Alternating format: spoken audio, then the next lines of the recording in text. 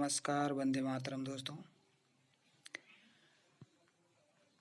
आज हम आप लोगों के बीच में संविधान के 10 महत्वपूर्ण प्रश्न लाए हैं। चलिए देखते हैं।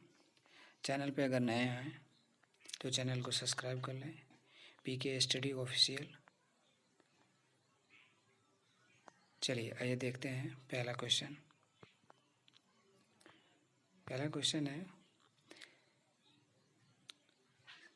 संविधान सभा का प्रथम अधिवेशन कब प्रारंभ हुआ था? संविधान सभा का प्रथम अधिवेशन कब प्रारंभ हुआ था? चलिए देखते हैं। कुछ लोग आप लोग जवाब दीजिए।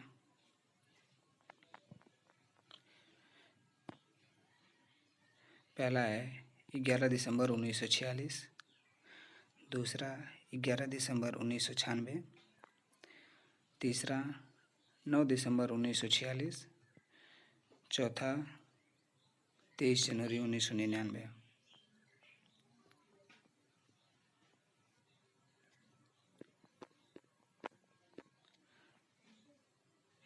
तो इसमें तीसरा सही है।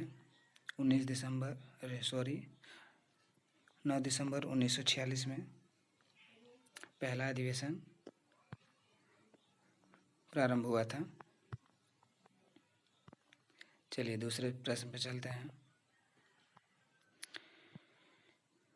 निम्नलिखित में से संविधान सभा का अस्थायी अध्यक्ष किसे चुना गया था?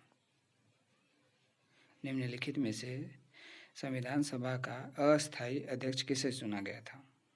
आप लोग कमेंट में ज़रूर दें उत्तर। देखिए कमेंट में देते रहेंगे तो हमें भी पता चलता रहेगा कि आप लोग को कितना आ रहा है, कितना आप लोग टेट फाइनल करने वाले हैं। और मेरी यही मनोकामना रहेगी। मैं भगवान से दुआ करूंगा कि आप लोग जल्द से जल्द टीचर बने और हमारे देश का नाम रोशन करें। चलिए आइए देखते हैं। पहला है डॉक्टर सच्चिदानंद, दूसरा है डॉक्टर मनमोहन सिंह, तीसरा डीपी खेतान, चौथा है प्रणब मुखर्जी।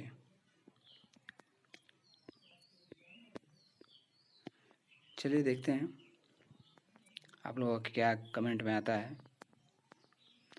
जी इसमें पहला सही है, डॉक्टर सच्चिदानंद सिन्हा, यही अस्थायी अध्यक्ष चुने गए थे। चलिए तीसरे क्वेश्चन पर चलते हैं।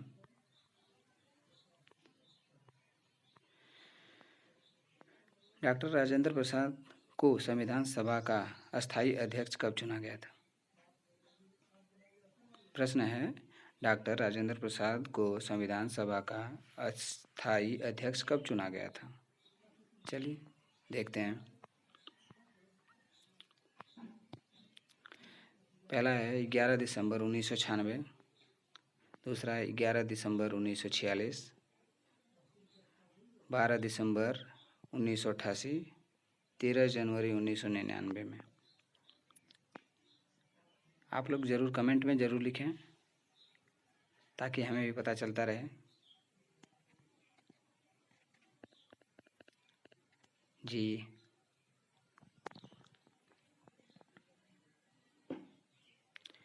इसका आंसर है 11 दिसंबर 1946 में।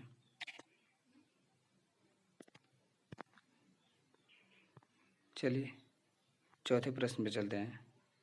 संविधान कब बनकर तैयार हुआ? संविधान कब बनकर तैयार हुआ?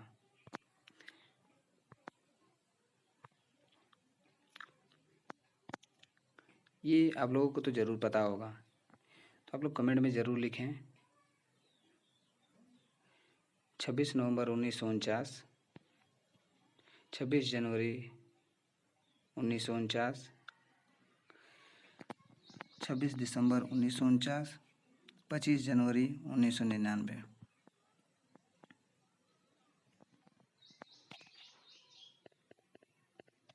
जी चलिए ठीक है, 26 जनवरी 1949 को हुआ था, बनकर तैयार हुआ था संविधान।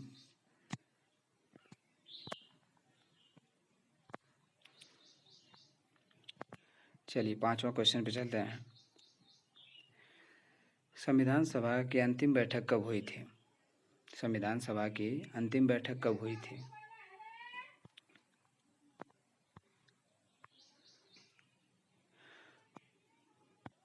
पहला है 24 नवंबर 1990 में, 24 जनवरी 1950 में, 26 जनवरी 1950 में, 30 नवंबर 1950 में।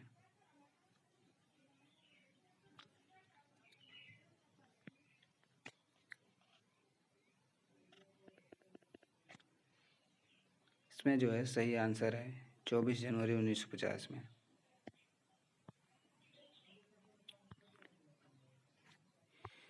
चलिए दोस्तों, पीके स्टडी ऑफिशियल पे सब्सक्राइब कर लें और बेल आइकन को ज़रूर दबा दें ताकि हमारी नेक्स्ट वीडियो जो आए, ऐसे ही हम करंट अफेयर पे वीडियो अपलोड करेंगे जो आप लोगों के लिए बहुत फ़ायदेमंद होगी, किसी भी एग्ज़ाम के लिए फ़ायदेमंद होगी।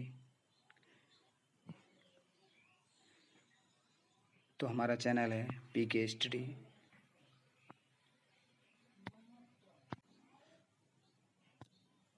हमारा चैनल है पीके स्टडी ऑफिशियल को आप सब्सक्राइब करें और हाँ, बेल आइकन को ज़रूर दबा दें। चलते हैं नेक्स्ट क्वेश्चन पे। भारतीय संविधान का जनक किसे माना जाता है? पहला ऑप्शन है डॉक्टर भीमराव अंबेडकर, दूसरा है डॉक्टर राजेंद्र प्रसाद, तीसरा डॉक्टर मनमोहन सिंह, चौथा है डॉक्टर APJ अब्दुल कलाम।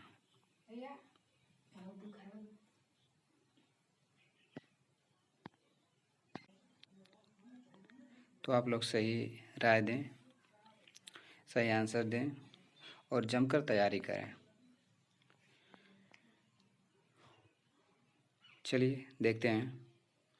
तो इसका आंसर जो है डॉक्टर भीमराव अंबेडकर हैं, जो संविधान के जनक के रूप में जाने जाते हैं। ये संविधान के निर्माता हैं। इसका सही आंसर।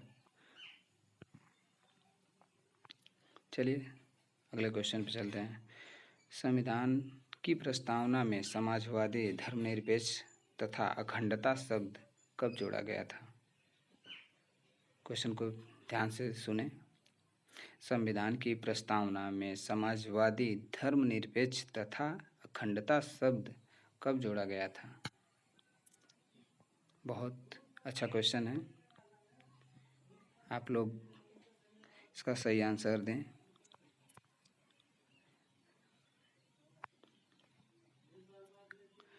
बयालीसवें संविधान संशोधन के द्वारा 1976 में जोड़ा गया था, या 42वें संविधान संशोधन के द्वारा 1987 में जोड़ा गया था, या 42वें संविधान संशोधन के द्वारा 1979 में जोड़ा गया था, या 44वें संविधान संशोधन के द्वारा 1976 में जोड़ा गया था।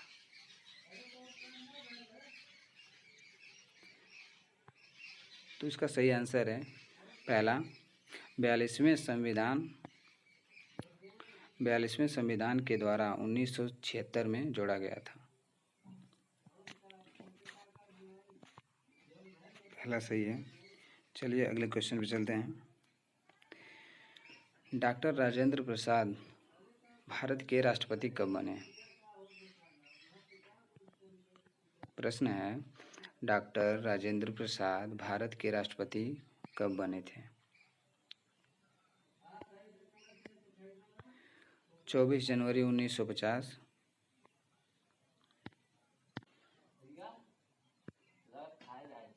24 जनवरी 1950, 26 जनवरी 1950, 26 दिसंबर 1960, 25 जनवरी 1950।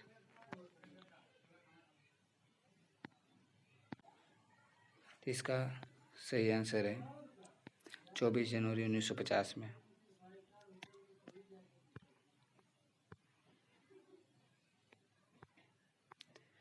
चलिए अगले प्रश्न पर चलते हैं। किस राज्य में लोकसभा में अनुसूचित जाति तथा अनुसूचित जनजाति के लिए आरक्षण नहीं है? प्रश्न ध्यान से सुने।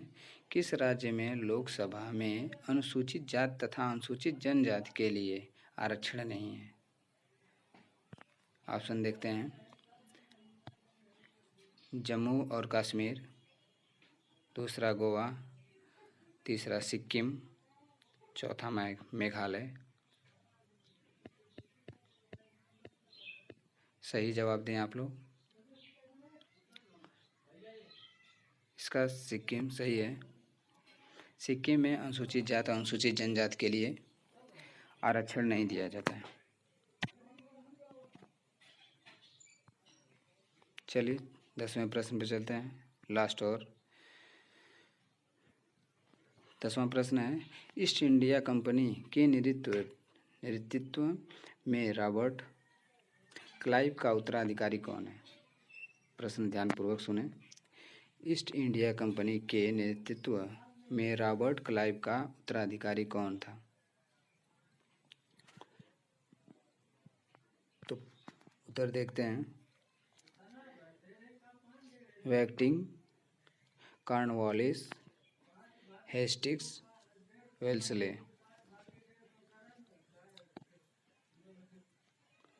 इसका सही आंसर है तीसरा, हेस्टिंग्स है। धन्यवाद। वंदे मातरम। जय हिंद।